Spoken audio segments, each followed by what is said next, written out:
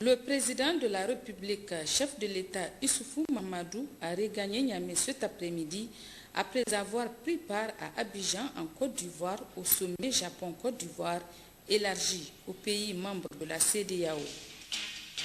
Troisième édition de la foire des fruits et produits maraîchers de la région d'Agadez. Le coup d'envoi des activités de cette foire a été donné ce matin à la place Toumou de Niamey.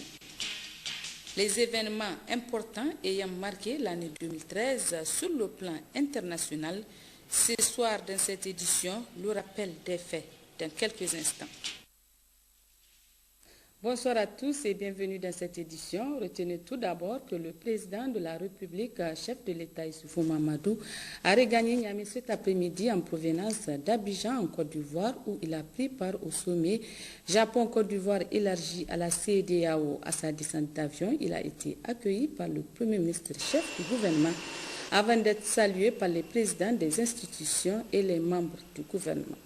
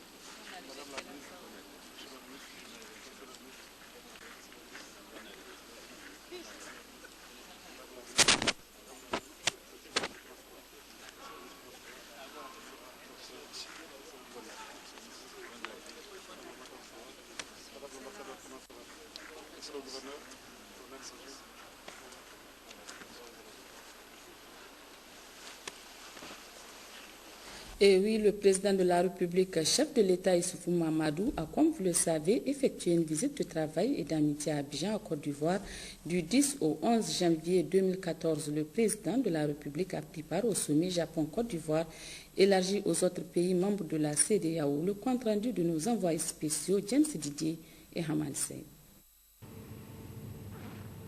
C'est à 17h22 heure locale, 18h22 heure de Niamey que l'avion présidentiel a atterri à l'aéroport international Félix Houphouët-Boigny d'Abidjan. À sa descente d'avion, le président de la République, Issoufou Mahamadou, a été accueilli par le ministre du budget ivoirien, Cissé Abdelrahmane, accompagné par l'ambassadeur du Niger accrédité en Côte d'Ivoire, Moussa Aloua. À la sortie de l'aéroport, c'est une foule immense, la communauté nigérienne vivant à Abidjan, qui a réservé un accueil plein de chaleur au président de la République Issoufou Mahamadou, qui a pris un bain de foule pour saluer et remercier cette diaspora qui s'est toujours mobilisée pour manifester son soutien au président de la République.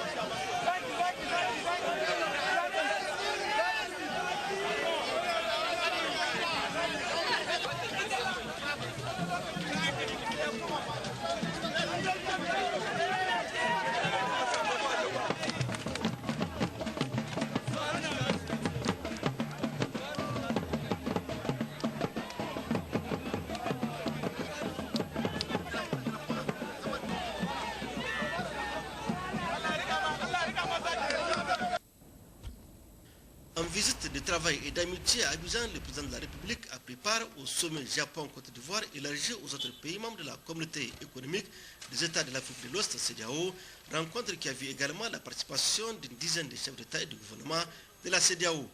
À l'ordre du jour de ce sommet, l'état de lieu des engagements pris par le Japon lors du sommet de la TICA 5 tenu en juin 2013 à Yokohama au Japon, sommet au cours duquel le Japon a promis d'investir plus de 32 milliards de dollars en Afrique dans les 5 ans à venir.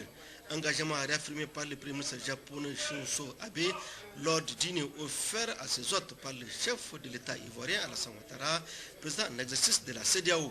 Dans son intervention, le Premier ministre japonais a déclaré que son pays est en train de préparer une assistance d'un montant de 83,4 millions de dollars en faveur de la région du Sahel. Peu après le dîner, les chefs d'État de la CEDEAO se sont retrouvés à huis clos pour une séance de travail qui s'est terminée tard dans la nuit. En marge de ce sommet, le président de la République Issoufou Mahamadou s'est entretenu avec le président du Burkina Faso, Blaise Compaoré. La relation bilatérale et la coopération Japon-Afrique étaient au centre de cet entretien. Vous savez, c'est toujours un plaisir de rencontrer le président Blaise Compaoré, qui est notre doyen. Avec lui, nous avons eu des échanges sur la situation de la sous-région, la situation de l'espace CEDEAO. Nous avons évoqué les problèmes pressants du moment, les problèmes de sécurité, les problèmes d'intégration. Vous vous rappelez qu'hier, on a eu une rencontre avec le Premier ministre japonais, et rencontre qui a été sanctionnée par un certain nombre de conclusions fortes, confirmant un peu les décisions qui ont été prises à l'occasion de la TICAD 5 tenue au Japon au mois de juin dernier. Et cette rencontre de la TICAD 5 a été sanctionnée par une forte déclaration qui prévoit un peu les perspectives de la coopération entre le Japon et les pays africains de manière générale, et en particulier les pays de la CEDEAO. Et nous sommes heureux de constater que le Japon est déterminé à renforcer la coopération avec nos pays sur le plan du soutien à la croissance économique dans nos pays, à travers le secteur privé, à travers la réalisation d'infrastructures, à travers le développement de l'agriculture, etc.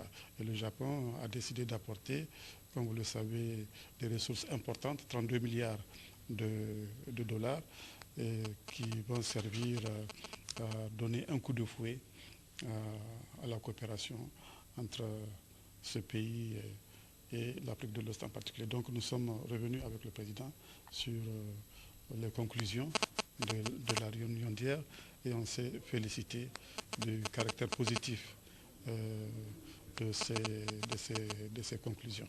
Et nous avons évoqué aussi les relations bilatérales entre le Niger et le Burkina. Nous sommes deux pays frontaliers qui partagent la même frontière et qui ont d'excellentes relations. Nous avons décidé de renforcer davantage ces relations bilatérales qui existent, comme on dit si heureusement, entre le Niger et le Burkina. Le président de l'Assemblée ivoirienne Guillaume Soro a été également reçu par le président de la République Issoufou Mahamadou. Disons d'abord que le président Issoufou est un chef d'État pour qui j'ai le plus grand respect. Ce monsieur, je l'ai connu quand il était encore dans l'opposition. Nous avons tissé des liens d'amitié, des liens de fraternité qui se sont consolidés au fur et à mesure. Et je considère que c'est une chance pour le peuple nigérien d'avoir ce monsieur comme président. Et je suis venu lui réaffirmer mon amitié, mon soutien, et lui dire évidemment que le président de l'Assemblée nationale que je suis, mes proches collaborateurs du président Alassane Ouattara, nous serons avec lui, n'est-ce pas, pour initier le vaste chantier du développement de la sous-région ouest africaine. Donc, je serai bientôt à Niamey pour aller voir le président Issoufou, pour discuter avec lui. Et évidemment, le président s'en est réjoui et donc m'a donné quelques éléments d'information sur la situation au Niger. Et je suis heureux de constater que les choses vont pour le mieux dans ce pays que nous adorons. Vous savez qu'il y a des milliers et des milliers de Nigériens en Côte d'Ivoire. Nous-mêmes, nous avons eu des Nigériens dans le gouvernement ivoirien, donc ça, par le passé. Donc ça montre que la notion d'intégration que nos chefs d'État sont en train de promouvoir est une réalité et vous avez notre soutien. En marge de cette visite de travail et d'amitié, le président de la République a rencontré également la communauté nigérienne vivant à Abidjan, avec qui il a échangé sur toutes les questions relatives aux actions et ambitions du président de la République dans le cadre de son programme de renaissance. D'autres sujets relatifs aux conditions du séjour, les doléances de la diaspora étaient au centre de cette rencontre très animée et marquée par plusieurs interventions. Il faut le rappeler, le président de la République est accompagné dans ce déplacement par Seydou Sidibé, ministre directeur du cabinet du président de la République. Au terme de cette visite de travail et d'amitié de 48 heures, le président de la République a quitté Abidjan ce samedi 11 janvier de l'après-midi.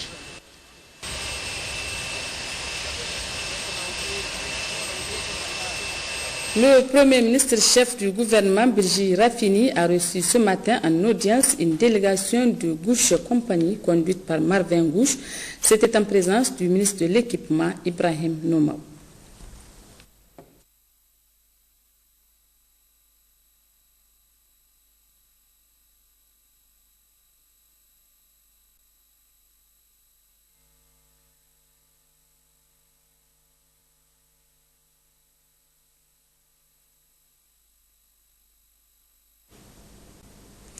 Une délégation du Parti communiste chinois est arrivée cet après-midi à Niamey.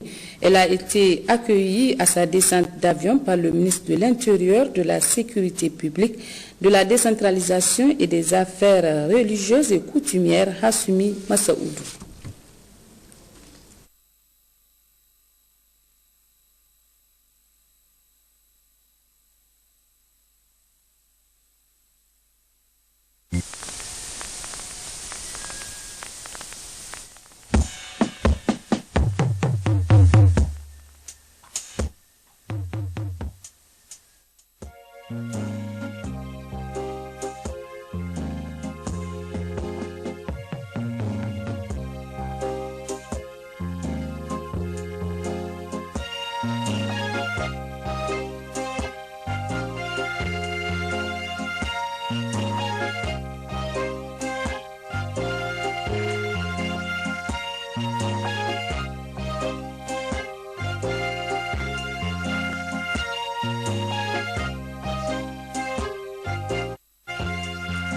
Sachez aussi que cette délégation vient d'être reçue par le président de la République, chef de l'État, Issoufou Mahamadou.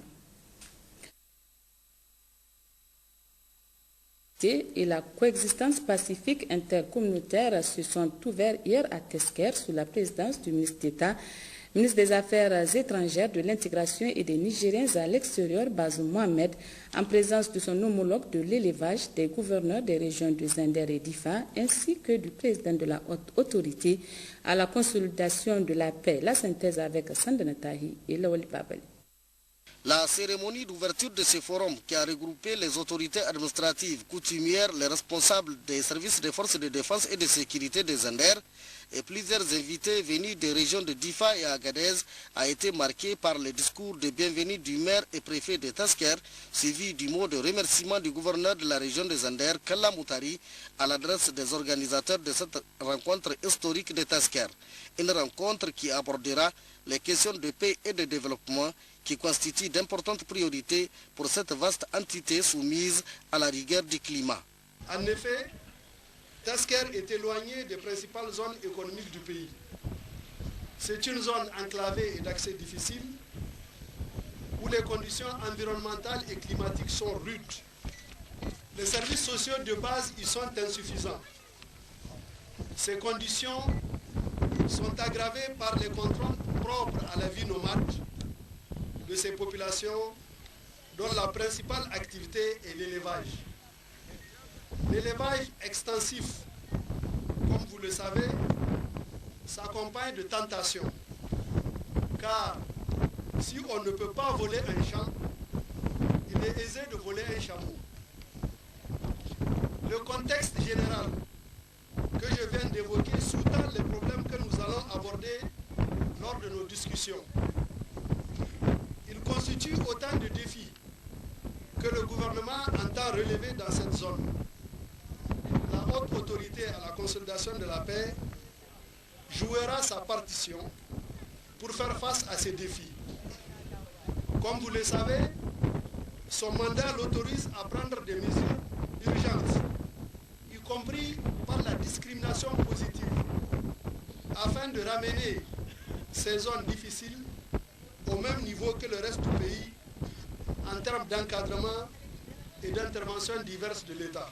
Au-delà des Tasker, il est attendu que les résultats qui seront issus de cette rencontre fassent tache d'huile dans toutes les zones susceptibles de connaître des conflits intercommunautaires.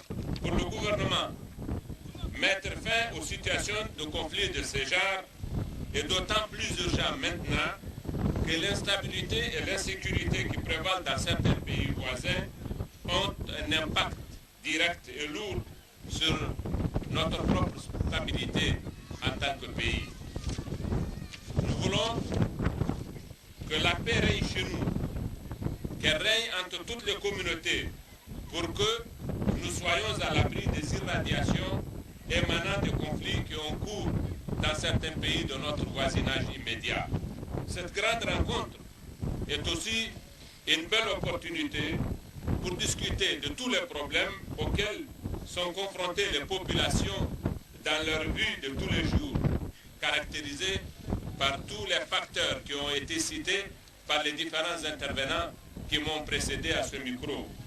Outre les questions de la paix et la sécurité, plusieurs autres thématiques seront abordées par les participants comme l'accès aux services sociaux de base, l'éducation, la santé, les infrastructures socio-économiques et la poursuite des actions du programme de renaissance du président de la République volé reconstitution du cheptel au profit des ex-combattants et rapatriés de la Libye, la vente à prix modéré des céréales et aliments pour bétail, ainsi que les opérations de distribution gratuite des vivres au profit des ménages vulnérables. De la paix à la santé, le ministre de la Santé publique était hier à Zender, précisément à Magaria, où 3 cas de choléra ont été déclarés. Manu Agali s'est rendu sur le site d'isolement des malades atteints de cette maladie. Compte rendu Mariam Keita et Faji Boukar.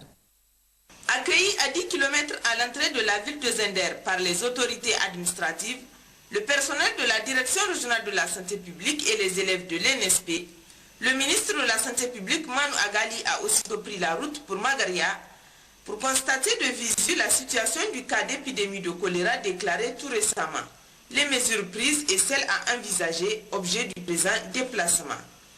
En route pour Magaria, le ministre de la Santé publique s'est arrêté au niveau du CSI de Gada et celui de Bandé en vue d'échanger avec le personnel par rapport à leurs conditions de travail et récolter leurs doléances. À Magaria, le ministre Manu Agali, qu'accompagne le secrétaire général de la région, Alzuma Albar Kamarou, le directeur régional de la santé publique, Dr Garba Jibo, le directeur général de l'NSP, Ahmed Irwatan, le secrétaire général du ministère de la santé publique, ainsi que plusieurs cadres techniques, nationaux et régionaux de son département, a eu plus d'amples informations sur les 3 cas déclarés par le responsable du terrain MSF, Dr Modeste Tamaklou. Il s'agit d'une femme atteinte du choléra en provenance du pays voisin et qui a contaminé ses 2 accompagnantes.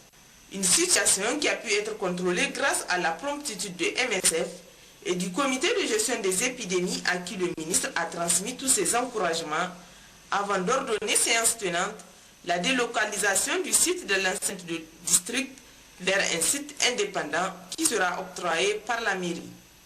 Le ministre et sa délégation ont par la suite rencontré la population où les membres du comité de gestion des épidémies, le préfet de Magaria El Hadji Saleh Jigo, le représentant des chefs coutumiers Yahya Louché ont chacun dans sa sphère de responsabilité expliqué à la population la tâche qui lui incombe.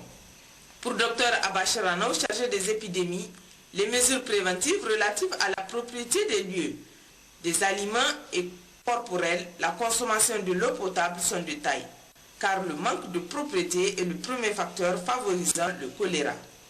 Après la doléance des femmes relative à l'augmentation des maternités, le ministre de la Santé publique, Manu Agali, a demandé aux différentes couches sociales présentes de s'investir dans la sensibilisation à la propriété et au recours aux formations sanitaires le plus tôt pour vaincre le mal à temps.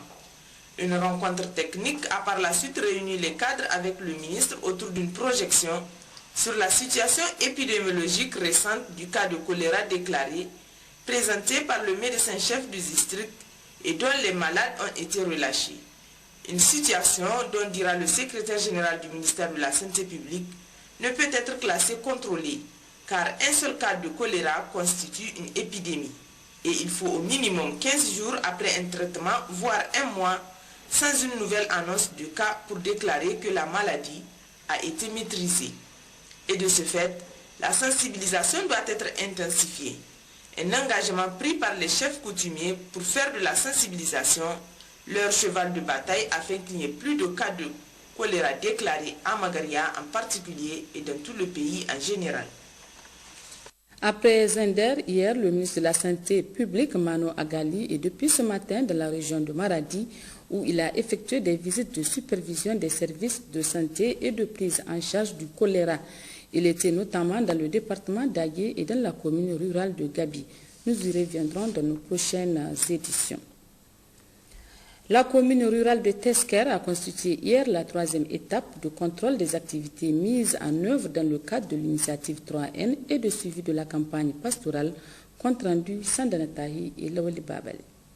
Dans la matinée d'hier, le ministre de l'élevage, Maman Alaj Ousmane, a débuté sa série de visites par le forage de Terem dans la commune de Tesker, dont le groupe électrogène en panne depuis plus de 6 ans a été pillé par des individus inconnus.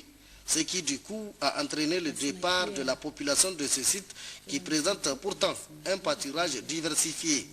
Ce départ a eu également des conséquences sur la case de santé laissée aux intempéries.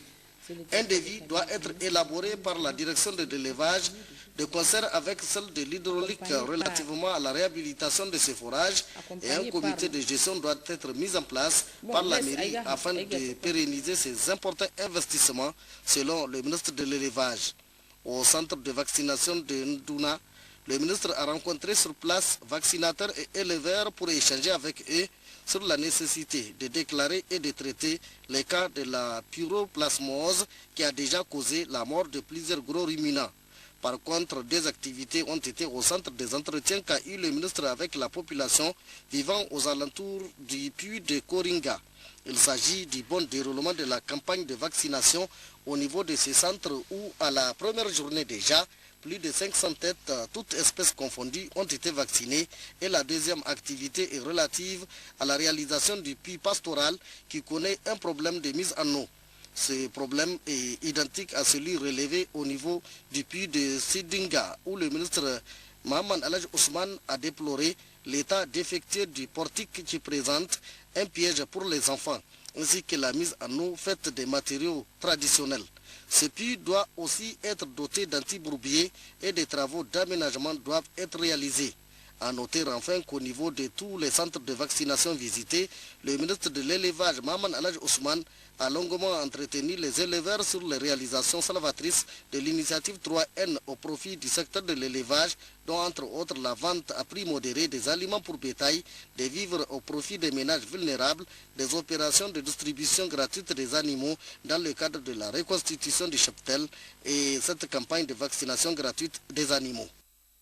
Je l'annonçais en titre, lancement hier après-midi à la place Toumo de Niamey de la 3e édition de la foire des fruits et produits maraîchers de la région d'Agadez. C'est le directeur de cabinet du ministre d'État, ministre de l'Agriculture, accompagné par le gouverneur de la région de Niamey qui a donné le coup d'envoi des activités de cette foire d'Agadez. Compte rendu Mariam Dakou et Tahiro Hassan. Organisée sous initiative de l'ONG Tegui Girt, cette foire des produits et fruits maraîchers de la région d'Agadez, qui est à sa 3e édition, a pour principal but d'exposer à l'opinion publique nationale leurs résultats de quelques mois de travail. Une façon pour l'ONG de démontrer qu'avec un peu de don de soi, il est bel et bien possible que les Nigériens nourrissent les Nigériens. Cette édition, nous l'avons organisée dans le cadre de l'initiative 3N. Les Nigériens nourrissent les Nigériens du président de la République. Vous savez, cette initiative, elle n'est pas dite que nourrir un Nigérien, c'est d'avoir les produits sur le terrain nigérien et à un prix abordable. Et aussi, je vous dis que la 3e édition, la première, nous sommes venus avec 37 tonnes de pommes de terre et 10 tonnes d'agrumes. En 2013, c'était 172 tonnes et 20 tonnes d'agrumes. Cette année, c'est 300 tonnes qu'on a amenées, plus les 50 tonnes d'agrumes aussi. Donc vous voyez, chaque année, on essaie de progresser pour permettre aux Nigériens aussi de nous accompagner dans cette lancée-là. Donc c'est une réalité. Il faut que les Nigériennes essayent de nourrir les Nigériens et qu'au niveau de cette place-là, qu'elle soit une place pour que les Nigériens en bénéficient, mais pas pour des querelles politiques. Ça, je pense que c'est un appel que j'aimerais lancer à l'endroit des Nigériens. Le directeur de cabinet du ministre d'État, ministre de l'Agriculture, ayant procédé au lancement officiel de cette 3e édition de la foire des fruits et produits maraîchers de la région d'Agadez, tout en invitant les populations des autres régions du pays à suivre cet exemple d'Agadez, a vivement glorifié l'initiative. La sécurité alimentaire au Niger est un sujet de préoccupation majeure pour les autorités de la 7e République. Vous le savez, mais je vous le rappelle. Le programme 3N du président de la République, qui constitue la substance même du plan de développement économique et social du Niger, est un programme pour lequel à la fois le président de la République, chef de l'État, et monsieur le Premier ministre, chef du gouvernement, accordent une importance capitale. Vraiment les Nigériens, à venir voir des produits de qualité et à moindre coût, vraiment pour les encourager et pour encourager et pour avoir. Remercier également tous ceux qui ont contribué à ces activités-là.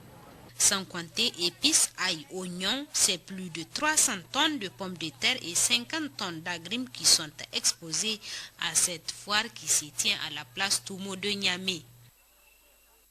Et puis le ministre de l'Emploi, du Tourisme et de la Sécurité sociale a l'honneur de rappeler aux employeurs et employés des administrations des secteurs publics, parapublics et privés que conformément à la loi numéro 98-05 du 29 avril 1998 instituant les fêtes légales modifiées par la loi numéro 2006-08 du 2 mai 2006, la journée du lundi 13 janvier 2014 correspondant au lendemain du Mouloud est déclarée férié, chômé et payé sur toute l'étendue du territoire national.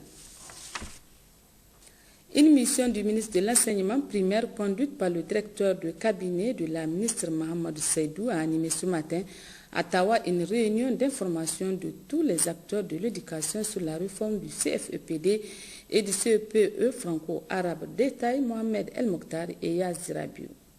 Le Niger est engagé dans un processus de scolarisation universelle. Cet engagement traduit la volonté politique du président de la République, son Excellence Issoufou Mahamadou, d'assurer la gratuité de l'éducation jusqu'à l'âge de 16 ans en vue de permettre à notre pays de rentrer dans la dynamique des pays de l'UEMOA. Dans la perspective d'améliorer la transition entre les cycles de base 1 et 2, le gouvernement entend supprimer les examens de fin d'études du premier degré pour que la classe du CMD ne soit plus en barrage pour plus de 50% des élèves inscrits au CI. Cette importante réforme permettra au ministère en charge de l'éducation primaire non seulement de mettre en place un mécanisme d'évaluation des élèves plus pertinent, mais aussi d'économiser plus d'argent qui sera consacré à l'amélioration de la qualité et de l'accès à l'éducation. Et c'est d'autant plus que le CFEPD et le CEPE franco-arabe ne donne désormais aucun accès à aucune école professionnelle dans notre pays. En plus, l'État a cessé même depuis plus de 20 ans la délivrance de ces diplômes, car le niveau minimum d'embauche à la fonction publique est le BEPC. Cette mission d'information et de sensibilisation a été initiée par le ministère en charge de l'éducation pour expliquer tous les tenants et aboutissants de cette réforme d'une importance capitale, comme l'a déclaré dans son discours d'ouverture des travaux le gouverneur de la région de Tawa, qui ajoute que cette réforme concerne un secteur fondamental et vital pour le développement de notre pays. Barmo Salifou devait également s'appesantir sur les principaux problèmes de l'éducation, confrontés notamment à une faible qualification des enseignants, un taux élevé de déperdition scolaire et une faible réussite aux examens de fin d'année. C'est parce que, conscient de tous ces problèmes et résolu à leur trouver des solutions, que le président de la République, son Excellence Issoufou Mahamadou, a déclaré la gratuité de l'éducation jusqu'à 16 ans en allouant le quart des ressources internes à ce secteur dès son accession au pouvoir, a souligné avec force Barmo Salifou, qui n'a pas manqué d'ajouter que le gouvernement dirigé par son Excellence Birji Rafini s'active dans la poursuite de l'objectif du président de la République en matière de l'éducation. Avant de terminer son propos, le gouverneur de la région a invité les participants, inspecteurs et conseillers pédagogiques à mieux suivre les exposés afin de mieux informer à leur tour les enseignants et tous les autres acteurs de l'éducation. Une mission d'information et de sensibilisation du CFEPD et du CEP franco-arabe conduite par le conseiller de la ministre de l'enseignement primaire séjourne depuis hier à Dosso en vue d'édifier les différents acteurs de l'éducation sur les concours de cette réforme. Compte rendu Rachida Nawada et Mor Abdou. Initié par le ministère de l'enseignement primaire, de l'alphabétisation, de la promotion des langues nationales et de l'éducation civique, en collaboration avec les organisations de la société civile, cette mission de sensibilisation sur la réforme du certificat de fin d'études du premier degré CFEPD et du certificat d'études primaires élémentaires franco-arabes CEPEF a regroupé tous les acteurs intervenant dans le secteur éducatif pour mieux expliquer aux acteurs les raisons de la réforme, les tenants et les aboutissants, les nouvelles modalités d'évaluation et les mesures d'accompagnement envisagées pour assurer le suivi et évaluation pour la réussite de la réforme. Permettez-moi, en guise de préambule, de dire que toute réforme est toujours motivé par un constat, le constat de non-satisfaction par rapport à l'existant.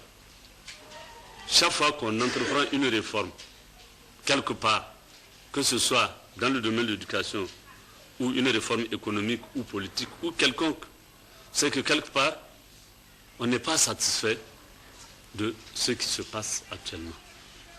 L'éducation n'échappe pas à la règle et le CFEPD n'échappe pas à la règle. Il ne fait pas exception. La réforme est motivée donc par une sorte d'insatisfaction, mais pour autant, toute réforme suscite des polémiques, des questionnements, des interrogations. Ça suscite, aussi paradoxal que cela puisse être, à la fois espoir et inquiétude. Espoir parce qu'on attend de la réforme qu'elle trouve solution à un certain nombre de problèmes qu'on a relevés, qu'on a constatés. Inquiétude aussi parce que l'homme est ainsi fait qu'il a toujours peur de l'inconnu, du changement. Les psychologues disent que l'homme est un être un peu ambivalent. À la fois, il n'aime pas la routine, le train-train quotidien, mais en même temps, il a peur des changements. Donc, c'est sûr, hein, cette réforme va certainement susciter quelques questionnements, mais en même temps, on se dit, bon, on espère que ça va apporter un certain nombre de modifications positives. C'est dans cet esprit que nous sommes venus ici, en espérant que les uns et les autres vont comprendre tous les contours de la réforme et que nous allons ensemble la conduire Et c'est pour ça que vous voyez, nous ne sommes pas venus seuls, nous seuls ministères, nous sommes accompagnés de nos partenaires sociaux. À l'issue de cette rencontre, les participants seront outillés à la réforme des examens du CFEPD et du CFEPEF. Auparavant, hier de la matinée, les membres de cette mission ont tenu une séance de travail avec les inspecteurs et les chefs secteur pédagogique.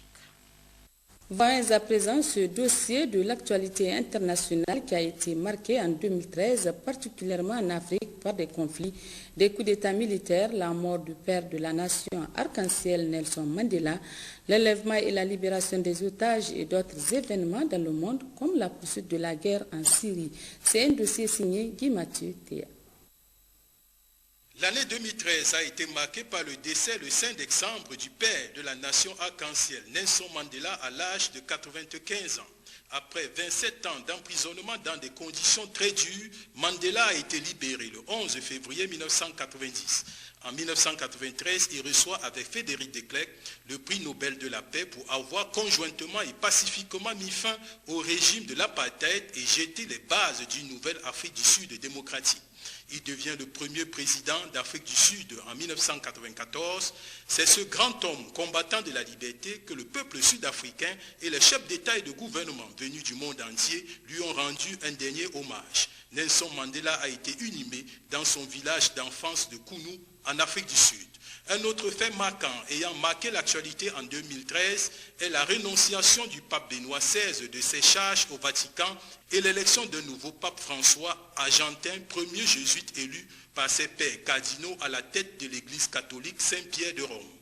Depuis son intronisation, le pape François œuvre pour les pauvres et la paix dans le monde.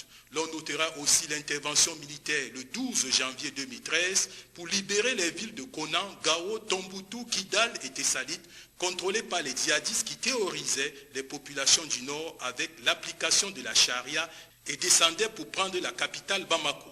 Grâce à l'opération Serval de la France, de la MISMA ainsi que les forces nigériennes et tchadiennes avec le soutien des renseignements des États-Unis, ces djihadistes ont été délogés dans leur majorité au nord du Mali. L'opération Serval s'inscrivait dans le cadre de la mise en œuvre de la résolution 2085 du Conseil de sécurité des Nations Unies. En outre, le nouveau président du Mali, Ibrahim Boubacar Keïta, a été élu au deuxième tour de la présidentielle du 11 août avec 77,61% des voix contre 22,39% à son adversaire Soumaïla Cissé qui a reconnu sa défaite. IBK a par ailleurs prêté serment à Bamako le 4 septembre 2013. L'un de ses grands défis est de pacifier le nord du Mali et aboutir à un accord avec le MNLA. Toujours au Mali, l'on a appris l'arrestation du général Sanogo, accusé d'assassinat des bérets rouges, de séquestration et de torture lors d'un coup d'État manqué contre son régime de courte durée au camp de Kati. 2013 a été aussi marqué par la libération au Nord-Mali des 4 otages français enlevés à Alit le 16 septembre 2010 grâce à la médiation du président Mamadou Issoufou, permettant ainsi à leur famille de retrouver le sourire. Juste après cette libération, 2 journalistes français de RFI, Ghislaine Dupont et Claude Verlon, en reportage à Kidal, ont été froidement assassinés le 2 novembre 2013. Al-Qaïda au Maghreb islamique, AQMI, a revendiqué l'assassinat de ces 2 journalistes français. Le prêtre français Georges Van der Busch a été libéré le 31 décembre dernier et accueilli en France par le président français François Hollande. Il avait été enlevé au nord Cameroun par Boko Haram et détenu 1 mois et demi au Nigeria. Sa libération fait suite aux négociations avec Boko Haram menées par le Cameroun, le Nigeria et la France. Le père Georges était prêtre dans une paroisse catholique au nord Cameroun. En Afrique centrale, depuis le coup d'État en mars 2013, des rebelles du Sénégal venus du Tchad et du Soudan ayant renversé le régime du président François Bozizé et placé Michel Djotodia au pouvoir, la République centrafricaine est au bord du génocide. Malgré l'opération sangariste des forces françaises et d'Afrique centrale de sécuriser Bangui, désarmer les anti-Balaka et le Séléka, les exactions continuent entre chrétiens et musulmans. Le bilan est de plus de 1000 morts, 2 soldats français et 6 militaires tchadiens ont déjà été tués en Centrafrique. La situation humanitaire ne fait que se dégrader dans le pays. Les enjeux du conflit en Centrafrique sont le contrôle du pétrole, de l'uranium et du diamant.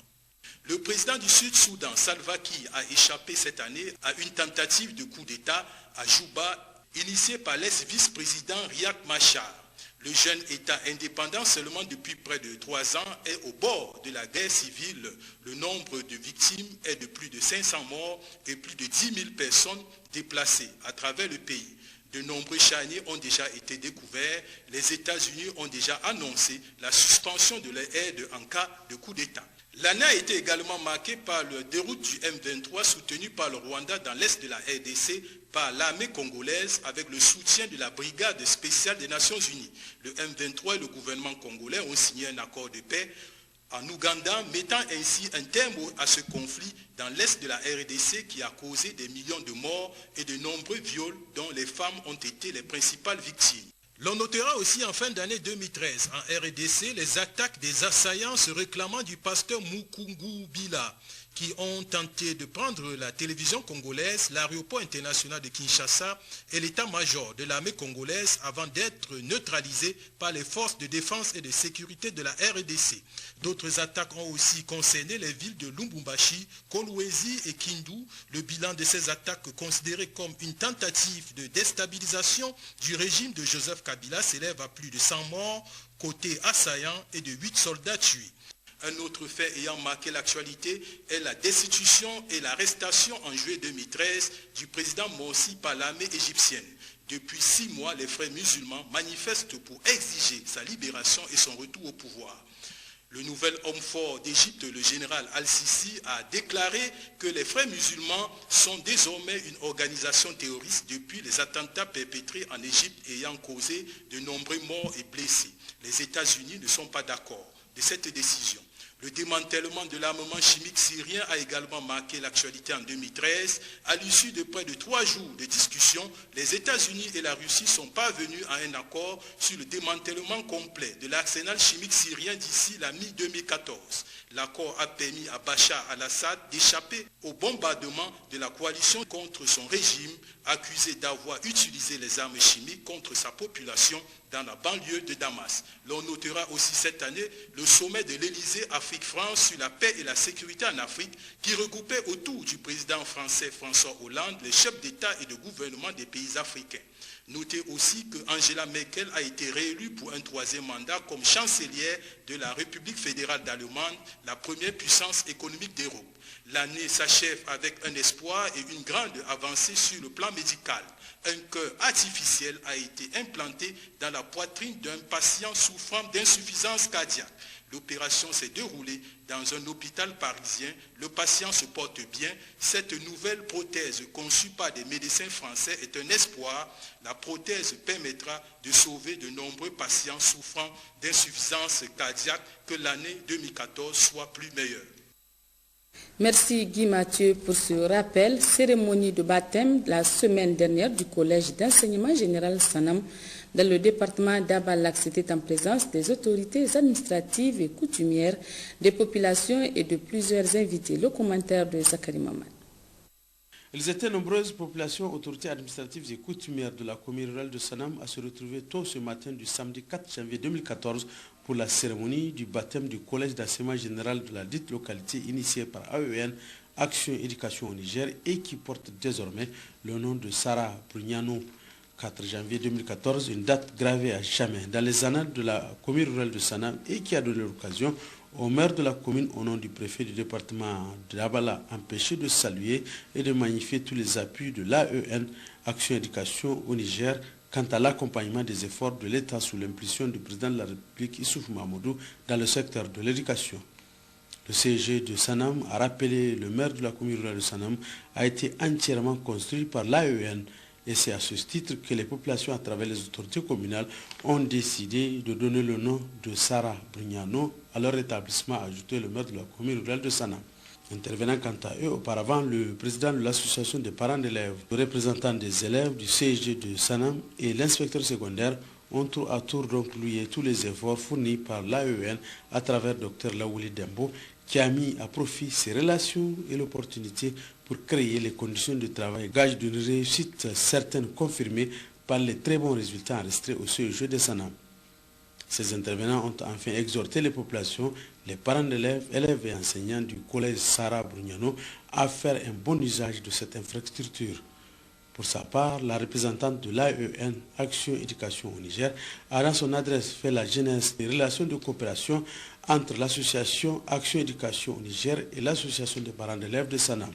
Une coopération un peu plus fructueuse et qui a permis au CEG Sarah Brugnano de Sanam de profiter de plusieurs réalisations.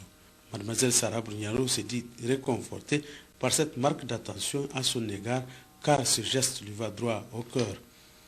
Entre autres réalisations de l'AEN au profit du CEG de Sanam, des salles de classe, des fournitures et manuels scolaires, la clôture du mur pour ne citer que celle-ci. Sachez enfin que le CEG Sarah Brugnano de Sanam compte pour l'année scolaire en cours un effectif de 691 élèves, parmi lesquels 307 filles.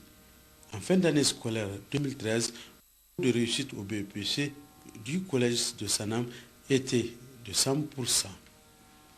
Région de Tawa, le préfet du département de Tilia a effectué hier une visite de suivi des travaux de réalisation des bandes pare-feu à une vingtaine de kilomètres de Tilia, une zone confrontée au phénomène des feux de brousse. Compte rendu Fatibamo et Yazirabio. Cette visite, le préfet du département de Tilia l'a entreprise sur le site de confection des bandes pare-feu à 20 km de la commune rurale de Tilia.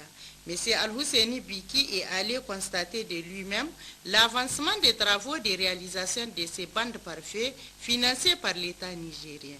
Il était accompagné dans ses déplacements par le secrétaire général de la préfecture de Tilia, les maires de la commune rurale de Tilia, du directeur départemental de l'environnement de Tilia. Ces bandes pare-feu d'une largeur de 20 mètres et avec une longueur non limitée sur un intervalle d'une distance de 500 mètres, nous explique ici le départemental de l'environnement de Tilia, le capitaine Rabiou Moussa. Les bandes pare-feu effectivement sont dressées perpendiculairement donc au vent dominant. Ici sur le site sur lequel nous nous trouvons, vous constatez très bien que le vent souffle d'est en ouest. Donc on a nos bandes pare-feu qui partent du côté nord et du côté sud, parce que le vent dominant c'est de l'est actuellement là où nous en sommes. Et sur le plan donc à mesure nous avons c'est des bandes qui ont des largeurs de 20 mètres et des intervalles entre les bandes de 500 mètres. Donc c'est labouré, balayé et vous le constatez, le balayage se fait donc de l'est à l'ouest. Pourquoi? Parce que la paille qui est là, si elle se trouve de l'autre côté, elle va revenir dans nos bandes. Mais maintenant, là où elle se trouve, donc, elle va avant d'atteindre les 500 mètres, il sera très difficile, elle sera contrecarrée par les arbres et par les touffes d'arbres qui sont là. C'est le financement État ici, pour donc 650 km, comme l'a dit le préfet. Donc nous avions effectivement 4 sites. Le site de Tilia, où nous nous trouvons actuellement, le site de Eknewan, le site de Asagege et le site de Agando. Mais il faut quand même signaler que les 3 sites en dehors de Tilia, qui est Agando, Eknewan et Asagege, sont donc au sud-ouest de Tilia. Et c'est là où on a eu cette année le plus grand nombre de cas de feux de brousse. Confectionnée par la population de Tilia et alentour, la main-d'œuvre est rémunérée à 50 000 francs CFA le kilomètre, ce qui a permis à plusieurs familles de satisfaire leurs besoins familiaux qui demeurent plus que jamais les soucis permanents des plus hautes autorités de notre pays, au premier rang desquels le président de la République du Niger, chef de l'État, son Excellence Alhaji Issoufou Mahamadou. La confection de ces bandes pare-feu permet aussi de sauvegarder notre patrimoine. Le préfet Al-Husseini Biki. Bon, la visite ici, c'est que l'État du Niger a financé sur fonds propres 650 km de bandes pare-feu. Et ces bandes pare-feu sont réparties entre 4 sites. Ça vise plusieurs objectifs. D'abord, l'objectif de protéger le patrimoine pastoral et deuxièmement créer des emplois pour les populations qui sont sur place et ça leur rapporte en tout cas des revenus substantiels. Et puis, la commune rurale de Liboré a réceptionné ce matin du matériel roulant acquis sur fonds propres pour un montant de 152 millions de francs CFA. L'occasion a été saisie en présence de la secrétaire générale de la préfecture du département de Kolo par les autorités communales pour présenter les énormes activités réalisées pour l'exercice 2013. Gérard Ablaziz et Askou Jibrilla. Une ambulance 4x4, un camion double pont et un chargeur flambant neuf tous. C'est de ce matériel roulant que la commune rurale de Liboré vient de se doter sur fonds propres. Coût de l'opération, 152 millions de francs CFA. Et les autorités communales de Liboré, sous la houlette du maire, entendent acquérir d'ici la fin de leur mandat un kit de matériel roulant au grand complet pour ne plus avoir affaire à des locations d'engins très coûteuses et peu efficaces. Elles qui ont déjà eu un exercice 2013 bien rempli.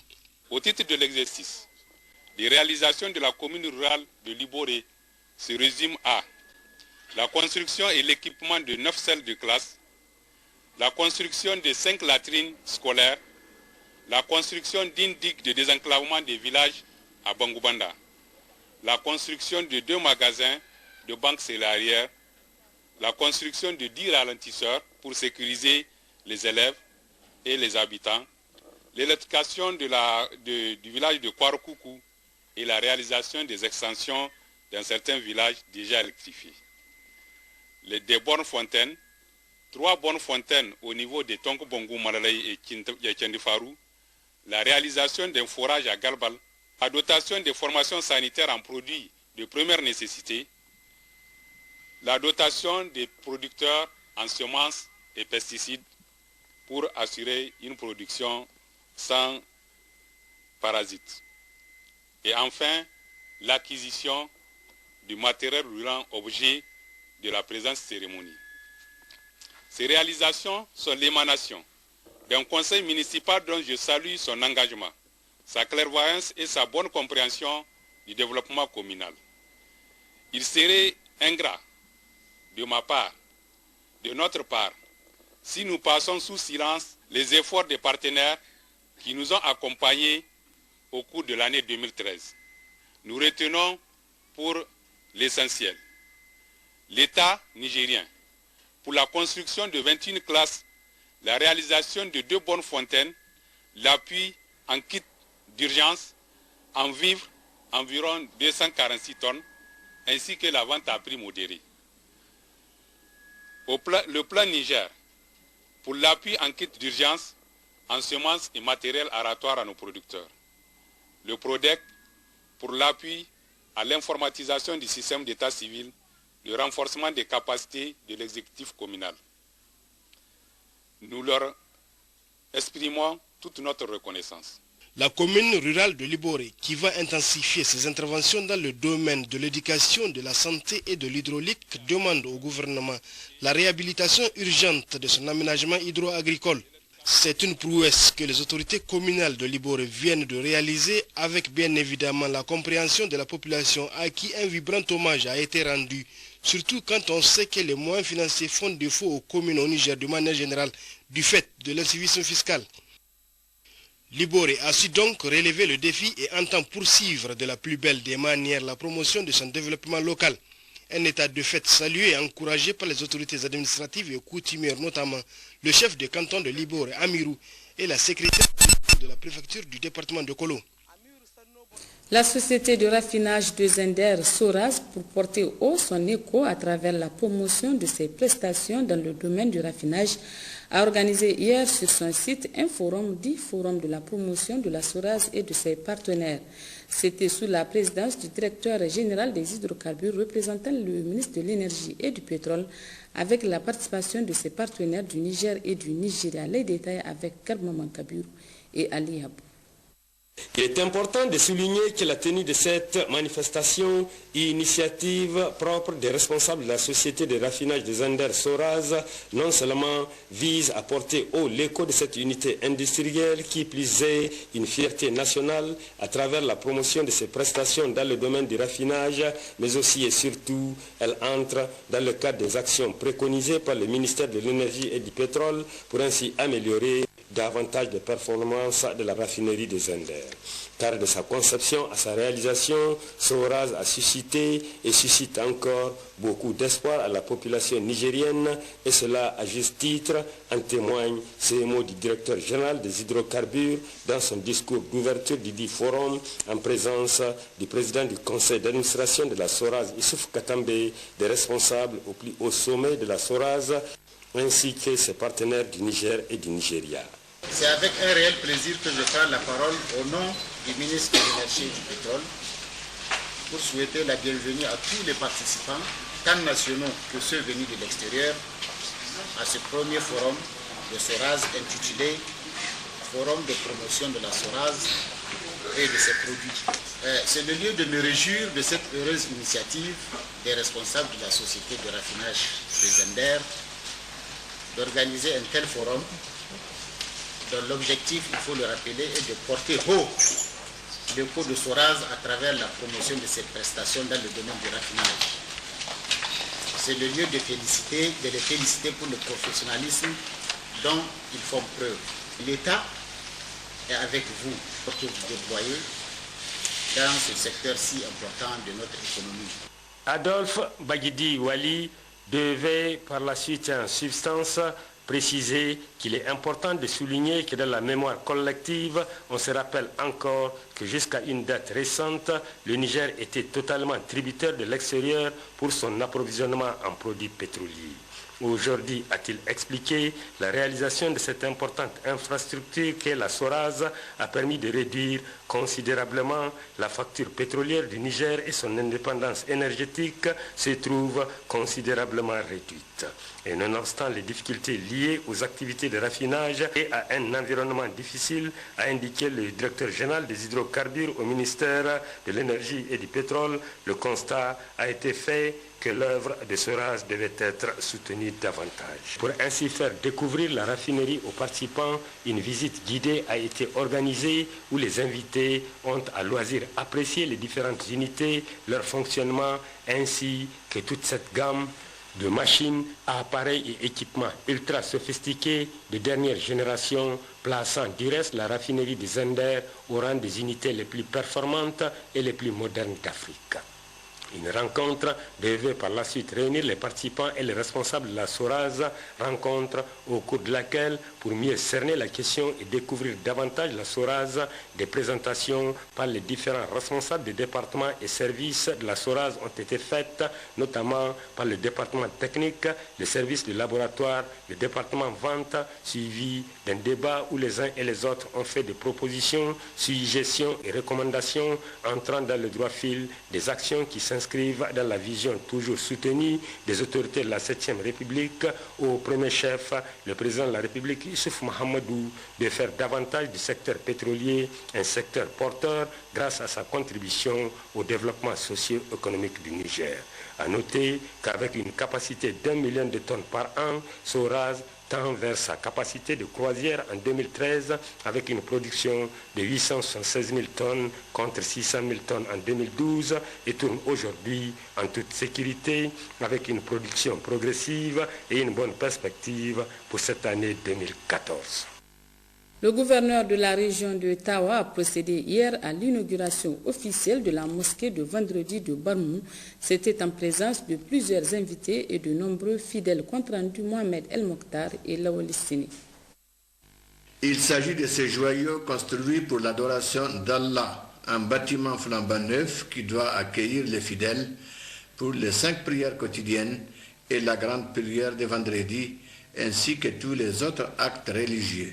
C'est El Hajj Mamman Eka, un ressortissant de Barmou et un ami libyen, et l'ensemble des habitants de Barmou qui ont réalisé cette action.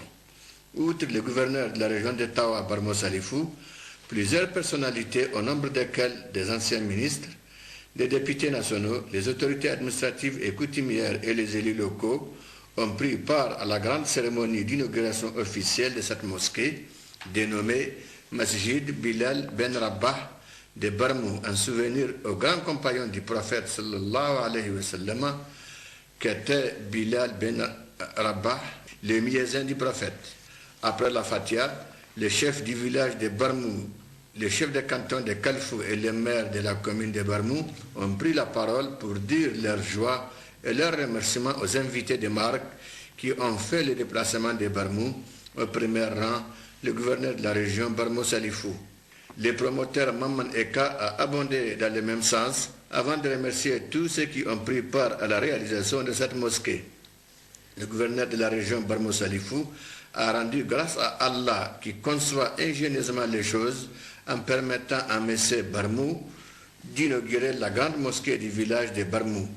Le gouverneur devait également inviter les fidèles à qui il a transmis les salutations fraternelles du président de la République à cultiver la solidarité et surtout la culture de la paix qui conditionne toutes les autres réalisations.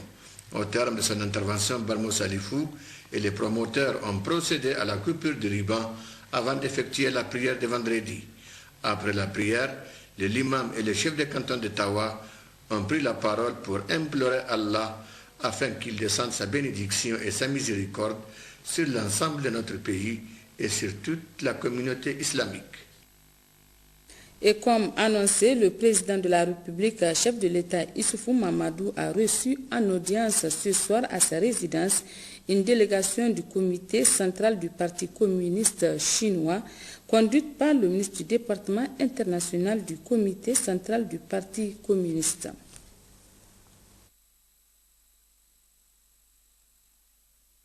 Remise officielle hier d'une centaine de vins à un groupement féminin de la commune rurale de Louma dans le département de Filengue, offert par un micro-projet qui a bénéficié de l'appui financier de la Haute Autorité pour la consolidation de la paix, ce dont vise à la reconstitution du cheptel au vin et l'impulsion d'un développement endogène dans la région. Cette cérémonie s'est déroulée en présence du préfet de Filengue, compte rendu Joari Isiaka et Bachir Harouna. Le groupement féminin Chito de Louma, précisément les villages Amalamat et Danya, a bénéficié d'un soutien de la part de l'un de leurs fils à la personne de Moussa Malam Lawai, qui, à travers son micro-projet, qui a pour objectif la reconstitution du cheptel au vin et l'impulsion d'un développement endogène dans la région. Ce projet a offert 50 moutons et 50 brebis à 50 femmes du groupement. Donc, chaque femme, un mouton et une brebis. Cela a été possible grâce à l'appui financier de la Haute Autorité à la consolidation de la paix. Il y a en fait deux hameaux de culture. Vous avez Amalamat et Danya qui ont constitué un groupe féminin de 50 femmes et que j'ai décidé d'encadrer et auquel j'ai décidé de chercher également un financement pour la reconstitution de leur cheptel au vin. Donc c'est un groupement qui est constitué de 50 féminins, constitué de 50 femmes. L'objectif du micro-projet que j'ai eu à monter pour les appuyer, pour qu'elles puissent démarrer un développement endogène, n'est-ce pas, dans cette localité, c'est la reconstitution du cheptel au vin de ce hameau de culture. Donc à terme, c'est pour lutter contre la pauvreté et également